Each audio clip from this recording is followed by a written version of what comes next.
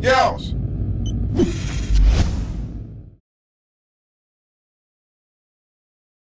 So my female friends like to share stories about guys that they're dating. It never ceases to amaze me how batshit crazy some of you guys are. This isn't about them. This is about the guys with the borderline tendencies. You know, those instances where your emotions and alcohol get all mixed. So to help those brothers out, I'm gonna share with you a to-don't list. A guide for staying out of the clown zone. So traditionally, the third date is usually the sweet spot. That's the date where women can feel free to take off their clothes without feeling like a dick towel. Question, on which date is it okay to tell a girl that you love her? First, fifth, 10th? The answer, never, motherfucker.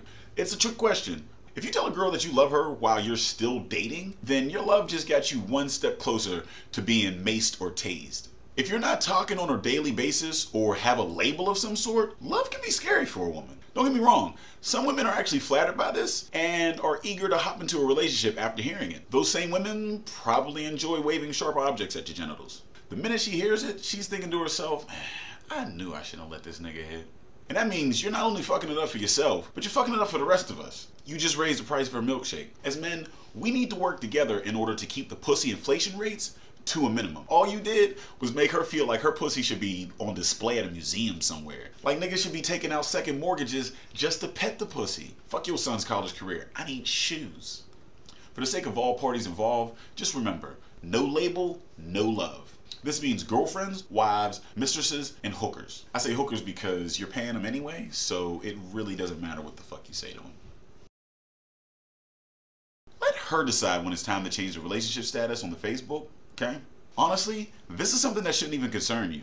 Facebook statuses are like wedding rings. Women care if you wear them because they know other women will see it and react accordingly. Like, oh, he's married, hands off.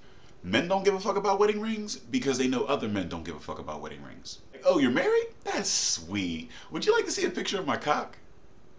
To a man, a ring on a married woman's finger just means that we don't have to worry about a commitment. Changing her relationship status on Facebook isn't gonna mean shit to anybody but you. Ask any female. They probably get more messages with a relationship status than without one. Niggas are straight honey badgers about that shit. And if you are gonna send a request, don't do that shit after the first fucking date. I don't care how great of a time that she may have had on that date. If she wakes up the next morning to a goddamn Facebook request for a relationship, you're in the friend zone. And that's only if you're lucky. Most likely, she's gonna delete and block your dumb ass. Again, there are some women who will be flattered by this and eager to rush into a relationship with you, and that's cool. Just don't be surprised when you come home and you got like 5 kids running around the house and an ex-con sleeping on your couch. That's how they roll. And don't get me started on the inflation rate on that pussy, like, especially if she ain't even let you smell it that night. For 1 to 3 night stands, there is a firm statute of limitations on the period of time that you can call a woman post-coitus. 5 years is well beyond this limit. Now, I can see going like the Facebook or Twitter route, like poking them or sending them a message like, hey, how you doing? What's going on? How have things been? Can I fuck? I can see that. But 3 AM booty calls? You don't even know what the broad looks like anymore. First, you come off as some thirsty ass ex-con straight out of the joint with a weak butthole and strong forearms. Second, it's been 5 years. You don't even know if the broad is still in the dick. Chances are she was probably laying next to her girlfriend when you called.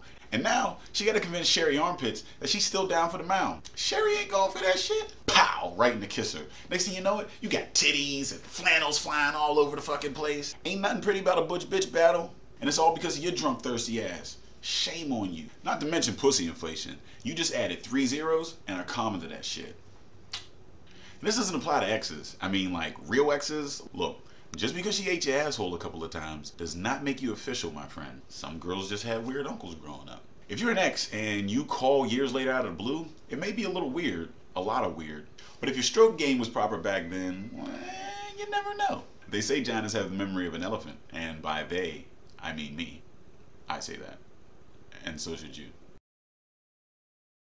Well, I hope these tips have helped you brothers out. If ever in a pinch, just keep in mind, WWDD, what would they do? I assure you, he's not approaching women on dating sites and asking them to send dirty socks to a P.O. box somewhere, okay? And if you're still not sure, feel free to hit up the Twitter. Set you straight in no time. Till next time, folks, Bracey out.